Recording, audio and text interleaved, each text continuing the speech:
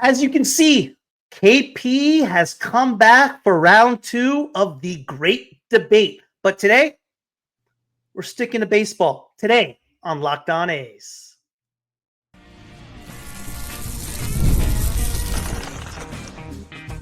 You are Locked On A's, your daily podcast on the Athletics, part of the Locked On Podcast Network. Your team every day. Welcome to Locked On A's, part of the Locked On Podcast Network, where it is your team every day. I am your host, BOONEY, with co-host KP. Yes, both one name. Thank you for making Locked On A's your first listen of the day. KP and I are both from the Bay Area and have been diehard A's fans for close to 40 years. I'm here to bring you a real fans take, covering everything from Sacramento to Las Vegas. This is the place for A's fans to get the latest game breakdowns, team news, and more. This is where the passion of the fans takes center stage. We are free and available wherever you get your podcast, including YouTube. And please hit that subscribe button wherever you are following the show. And before we get started, today's episode is brought to you in part by FanDuel. Right now, new FanDuel customers can get $150 in bonus bets if your first $5 bet wins. Download the app or head to FanDuel.com to get started. KP, baseball is back.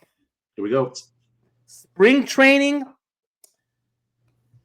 is just getting started with the A's ready to tee it up tomorrow. The A's have a lot of different competitions this spring, and one of the most intriguing competitions is infield. Let's go through that, and here is what it looks like right now. What I have highlighted in yellow is who I have slated to make the opening day roster. Again, just my opinion. The individuals in white are who currently are on the 40-man roster. Keep in mind, everybody, in order to make the opening day 26-man roster, you must be on the 40-man roster. In other words, if Nick Kurtz absolutely tears it up, he can't just switch spots with, let's say, Brett Harris for a roster spot. Somebody highlighted in the white name has to be either put on the 60-day IL, DFA'd, or released outright. So it's not that simple for somebody from the 60-man to make the opening day roster. Several battles going on. And again, a number of these players can play multiple positions on the infield. For example, Luis Urias can play third, can play short, can play second. We saw Max Schumann last year spend time at third base. We saw him spend time at second base. Same thing with Darell Hernaiz. We saw him primarily at third base last year, even though he is a natural shortstop. Right now, we have in camp 13 infielders. KP, what is the most intriguing battle to you, and how do you see the infield kind of sorting itself out? Yeah, infield, I feel like is going to be pivotal at third base, only because it feels like we don't necessarily have our future third baseman on the roster. And the ability to pick someone that's flexible enough to allow us to have other players on the roster to help with other positions, like roster flexibility, will be most imperative, right? Gio Urshela is a vet. He's played to average WRC. That's great. Luis Urias has had some slippage in his career in the last few years, but was once just like Max Schumann. I really like to see CJ Alexander on there, but I think we want to go lighter depth at third base to allow for more flexibility either with pitching or later for the outfield.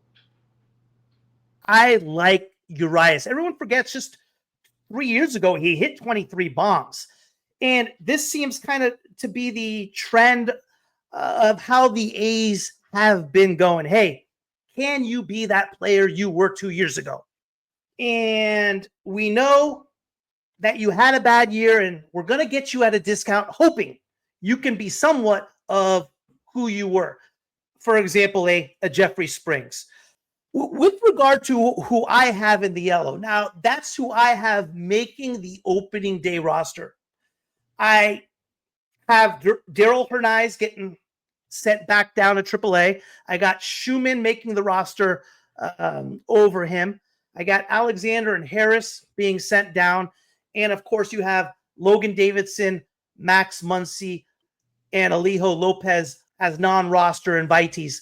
I don't see them making the roster. And same thing with Nick Kurtz. I just don't see us giving up a spot or anybody on the infield we're going to DFA to make room for Nick Kurtz. Now, with that being said, if Nick Kurtz absolutely tears it up this spring, I mean, puts up out of this world numbers, which he's capable of, that's the only real way I see him making the opening day roster. You know, my thing with Nick Kurtz, even if he tears it up, you know, I know he's been referred to as the future of the team, and I agree. However, we still have Tyler Soderstrom, and he's also the future of the team, or he was regarded as that when he was drafted, 2 years ago? And so how do we manage that with having Shea Langeliers behind the plate, Tyler being a backup catcher, playing first, and then having Nick Kurtz on the roster? Because ideally the theory has been that when you have the rookies on the roster, you want them to play every day, right? Especially your high-impact rookies. So how does that jam kind of work? It's interesting you brought that up. Now, Tyler Soderstrom this spring was taking reps behind the plate so far in the first week or so.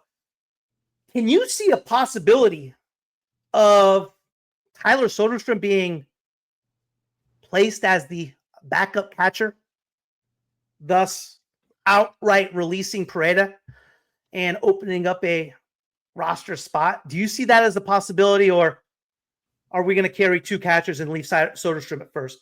Yeah, I want to see that, but I feel like it's wishful thinking because he's so young and you saw Tyler break out and you know he's a prolific hitter. You want his bat in the lineup.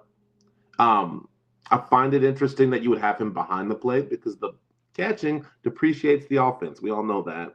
And even though he'd be backing it up and then playing first base, you also want Kurtz like out there as much as you can to stabilize at the major league level. So like I can't see how it would work. Also, I believe that Tyler's catching has gotten better, but I know that was really called into question in the last year or so. So, do you have any changes to how I have the infield shaping up versus who I see making the opening day roster? Would you make any changes? No, not. I think it was smart. Send Hernandez down to AAA. Logan's a long shot. He's not ready yet. You keep Luis Urias on the roster because he can obviously back up Zach Geloff at second. He can also hop in there at short if need be. Yeah. I think him and CJ Alexander can be a little bit interchangeable if CJ Alexander has an amazing spring. I know that's a name that hasn't been brought up lately, but I can see something of that nature as well. I like CJ Alexander. I've said that before, and I was looking for a million ways to possibly keep him. It's just I don't see how he breaks through on the opening day roster unless, again, he just has a gigantic spring. Yeah, the infield battle, I think I agree with you. I think how I have it is going to make sense. I don't see much changing from that. But after this break, I do want to go through what you initially wanted to talk through is the battle in the outfield. Let's do it. This episode is brought to you in part by FanDuel. When the game tips off, the NBA action is just getting started, and there's no better place to get in on it than FanDuel, America's #1 sportsbook. With FanDuel, you can place live bets throughout the game. So even if you miss the opening tip-off or want to bet on a fourth quarter comeback, you can stay in on the action. And if you're looking for a bigger payout, you can even combine your live bets into a same game parlay.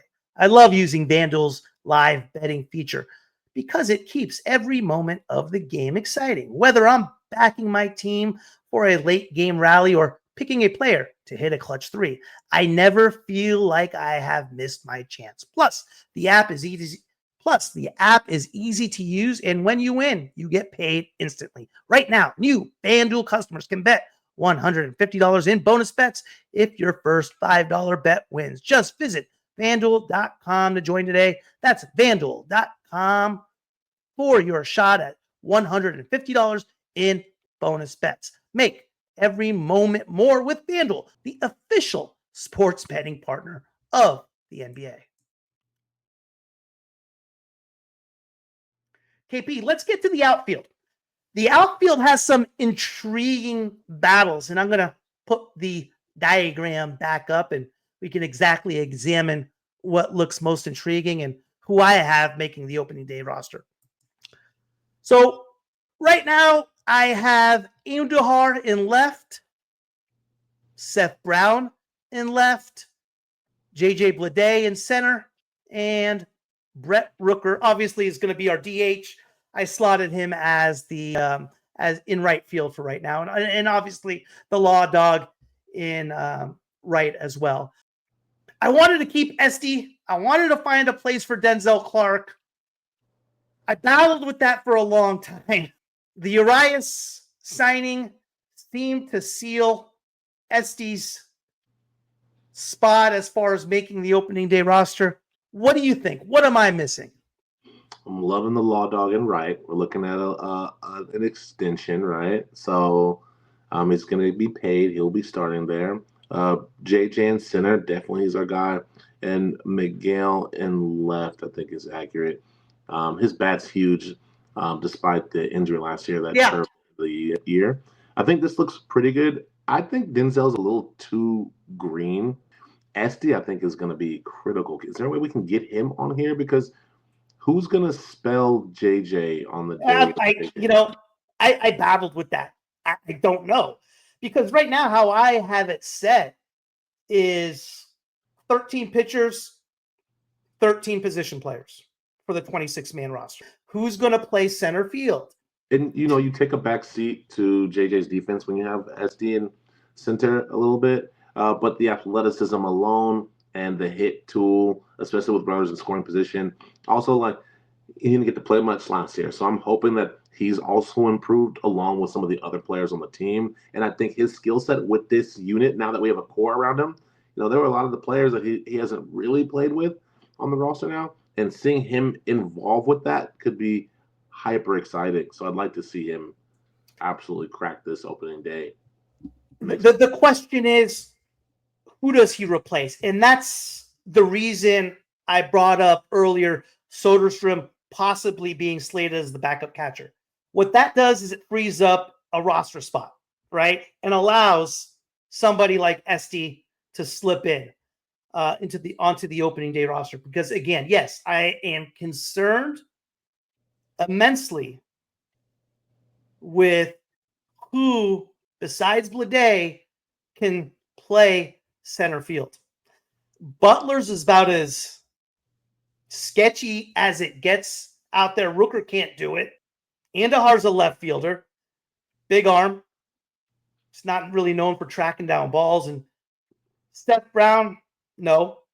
So, do you see anybody from the infield that can move to the outfield and play? I don't. Literally right now, JJ Bleday is our only center fielder. I'm extremely concerned about that. Yeah, that's not what you want. That's not ideal. Let's say Max Schuh at least played the corners. He can't play center field. Schumann can play anywhere. That's my guy. I love Schumann. But, I agree. It's a concern. Huge concern. And again, I think the reason Soderstrom is taking reps at the catcher position is because we need to free up a spot. This roster, as far as the future, 2027, 2028, emulates the 72 to 74 A's. Now, hear me out. The 72 to 74 A's were famous and known for, of course, the three-peat. But with that being said, they were also known, and what made that team special is they all came up together. And again, I'm going to put the screen back up. When you're looking at a few years down the road, you're going to have potentially Kurtz at first, Muncy at second, Jacob Wilson at short. You have potentially at third. I don't have him on here right now. He's not on the 60-man. Tommy White from LSU at third, depending on how he develops, right? Catcher, Shea Langoliers. Left fielder, we're looking at Colby Thomas. Center fielder, you're looking at Denzel Clark or JJ Bleday, right? Right field, Lawrence Butler. There are two names that you didn't mention that are also drafted that have gotten their start, but they're still very young. We're talking about year 2 and 3. That's for Tyler and Zach. Tyler Soderstrom, excuse me. Yes, Tyler Soderstrom's on that team as well. Now, what they want to do with that, he 100% will be on that team. 100%. No question.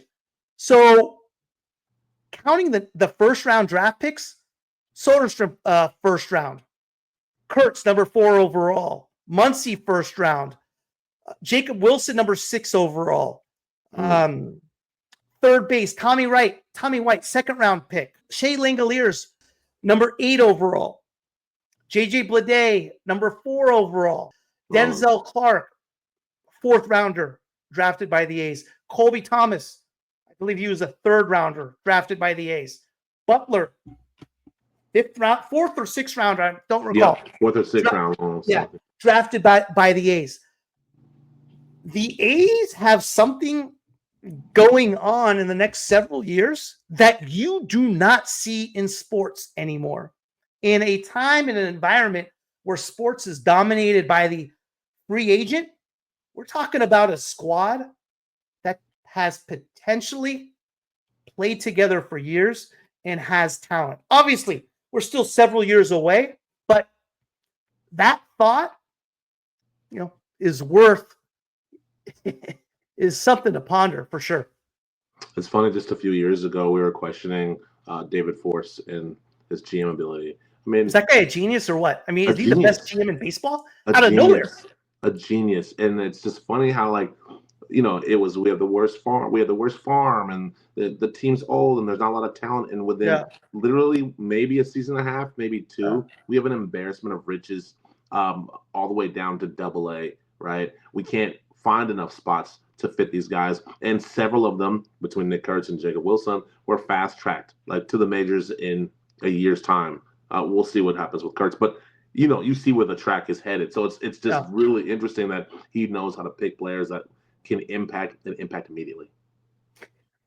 It may be one of those things where he's been good all along with what he has had to work with, and we just haven't noticed it. 100%. And all of a sudden now it's like, Jesus.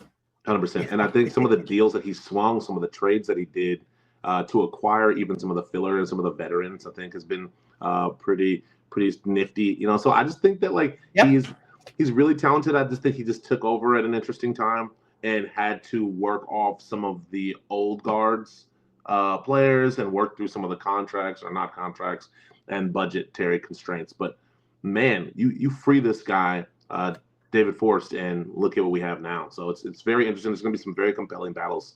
Unbelievable. Well, the part I struggled with most when compiling my 26-man roster is what we're going to go over next, and that's the pitching.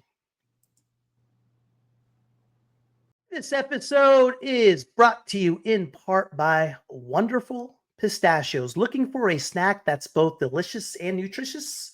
Crack into a good source of protein with Wonderful Pistachios. Wonderful Pistachios is one of the highest protein nuts. Each 1 ounce serving has 6 grams of protein, giving you over 10% of your daily value. Plus, they are packed with fiber and better for you unsaturated fats to help keep you feeling fuller longer. Personally, I love the no shells variety. It's the perfect grab and go snack for busy days, whether I'm snacking at my desk, on a road trip, or just need a quick protein boost. They are always my go-to. And if you love cracking open every shell for that satisfying crunch, the in-shell options are a classic favorite. The fact that Wonderful Pistachios is a complete protein, providing all 9 essential amino acids. How these little green wonders pack a protein punch. No shells, Wonderful Pistachios for that grab and go ease. The satisfying crack of opening each shell. It's like snack meditation. Whether you're running between meetings or dropping off the kids, Wonderful Pistachios are the snack that works as hard as you do. Get snacking and get cracking with the snack that packs a protein punch. Visit wonderfulpistachios.com to learn more. Okay, KP, the part I struggled with the most, pitching. Let me put up the old diagram. I have Luis Severino, Springs, and JP Sears, absolutely no question in the rotation. Osvaldo Bideau is in. He just has to have a average spring. He just can't be bad. If he's not bad, I think that 4 spot is his. The 5th spot, oh man, it's anybody's guess. And I'll be honest with you. And the only reason I didn't have him is because I know he won't get it, is Hogan Harris. Yeah. I love Hogan Harris. It seems like he is always the odd man out. Last year, he had maternity leave. When he came back, Stripley was just getting off the IL. And of course, hey, we paid Stripley. He has to get the spot, and Harris got sent down. He was the odd man out. It always seems like he gets the shaft. I mean, he shut down the Astros in Houston. He battles out there. I'm a big Hogan Harris fan. I get it. Right now, I have Joey Estes as my 5th starter. And my bullpen, Miller, Leclerc, Otanez, McFarland, Ferguson, and Spence. If Spence doesn't get the 5th spot in the rotation, I got him out of the bullpen. I mean, everyone forgets at the beginning of last season, he came out of the bullpen, and he was a high leverage guy. I mean, it was at the beginning of the season when the A's started getting hot, when they got to a 500 mark, it was Spence in the 7th, Irsay in the 8th, and Miller in the 9th. So I think he's actually better out of the bullpen. Yeah, there's a lot of stats that support that, right? Like after the 4th inning, he really has a hard time, but he's deadly for those first 4. I still like to give him a shot in the starting rotation because of how his ground ball rates and his ability to limit hard exit velocities, I think is going to be huge, especially in drier, hotter Sacramento. So maybe I put Miss Spence over Joey just for the start. Love Joey and his bulldog attitude, but I think he has the lowest of the ground ball rates in those starters. You know who he reminds me of a little bit? Joey Estes. He's like, to me, he's like a little bit of a poor man's Greg Maddux. You know, of course, nowhere near a Greg Maddux, but same type of pitching style. Works fast, throws strikes, bulldog. As he matures, hopefully he grows into that staying off the barrel a little bit more, kind of like Maddux did really well for his career. I could also see Jay. Well, can I? Because who would you take off? I could see taking off maybe Hogan Harris for JT Ginn. Okay. I thought JT Ginn looked phenomenal, and I think he's only going to improve. He was a highly touted draft pick for the Blue Jays. So, like, yeah, I think that maybe that's an option too at the 5th spot. As far as also I can see Mitch Spence going into the top 5, the starting rotation, because a lot of what we needed was that long man. We had so many rookies and young pitchers pitching last year. Now that we have more of that seniority, right? JP Sears has gone 3 years in a row with 30-plus starts. You know, Jeffrey Springs, well, I guess is coming off an injury. Severino's a workhorse. Bito's a dog, so I love that. Yeah. But I'm thinking maybe we can insert him back in there, open up a bullpen spot. It'd be helpful to know how many of these guys are lefties and righties because I believe that we needed more lefty. So right now, as far as the lefties, McFarland's in already. We signed him to a contract. He was a situational pitcher last year. Kotze primarily would bring him in with 2 outs in an inning in a high leverage situation to face a lefty. He'd get the job done. He's out. I can't tell you how many outings where he had just a third of an inning, but he was effective. He did that role well. TJ McFarland's a lefty. Jacob Lopez a lefty. Hogan Harris a lefty. Brady Basso lefty. What's Dylan Floro? Is he a lefty or righty? Because I'd love to see Dylan him. Floro is a righty. Veteran pitcher. Good. Tough. We just signed him yesterday. The question is, if Floro makes the roster, who does he replace? Who do we replace? I mean, if, for example, you got JT Ginn, I mean, another tough one is Grant Holman. Grant Holman was good too. I had an extremely difficult time putting together the pitching. We need some lefties. We need some lefties. He's gotta be. We need some lefties. You know what I mean? Yeah, TJ's right. Michelle Otanez, he's a right-hander too, I believe. Yep. And he was good. He was really good. I leveraged guy last year. He saved a couple games. Jose Clerc has filth. He throws hard. Jose Clerc, when we're paying him $10 million, he's not going anywhere. They're going anywhere now. There's Mason Miller. He could have an ERA of 100 and he's on the opening day roster. 100%. He could do it once in spring. I think Hogan's the only potential that we would remove from the. So JT Ginn for Hogan? Yeah, I'm doing JT for Hogan. It's tough, which makes the spring so fascinating. Extremely, extremely difficult to put together the rotation. Yeah, I don't know what we're going to do with the pitching. I think it's too early for trades too. You know what I mean? The roster's set. I think if Floro, who we've signed yesterday, is going to make the opening day roster, he better have a hell of a spring. Please. The competition is going to come down to a couple spots in that last few spots in the bullpen. We need some lefties. It can't just be McFarland. So I think that the lefty spot's going to come down to either Lopez or Harris. I don't see Baby Basso's in that mix too for that competition. I think he's earned the right to compete. He had a great year last year when he was brought up. It was small sample size, but he was pretty awesome.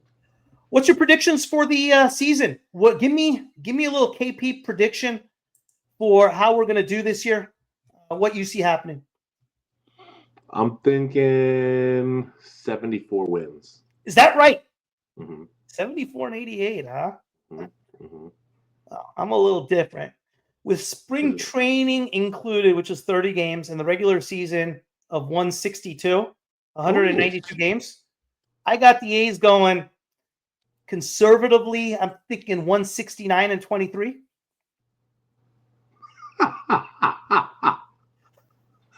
23 losses is insane. Yes, 169 wins. 169 and 23. That's including the spring training. Spring training. I think we're going to drop a couple in spring, but during the season. But once we get going, we're just going 154 and 8. No.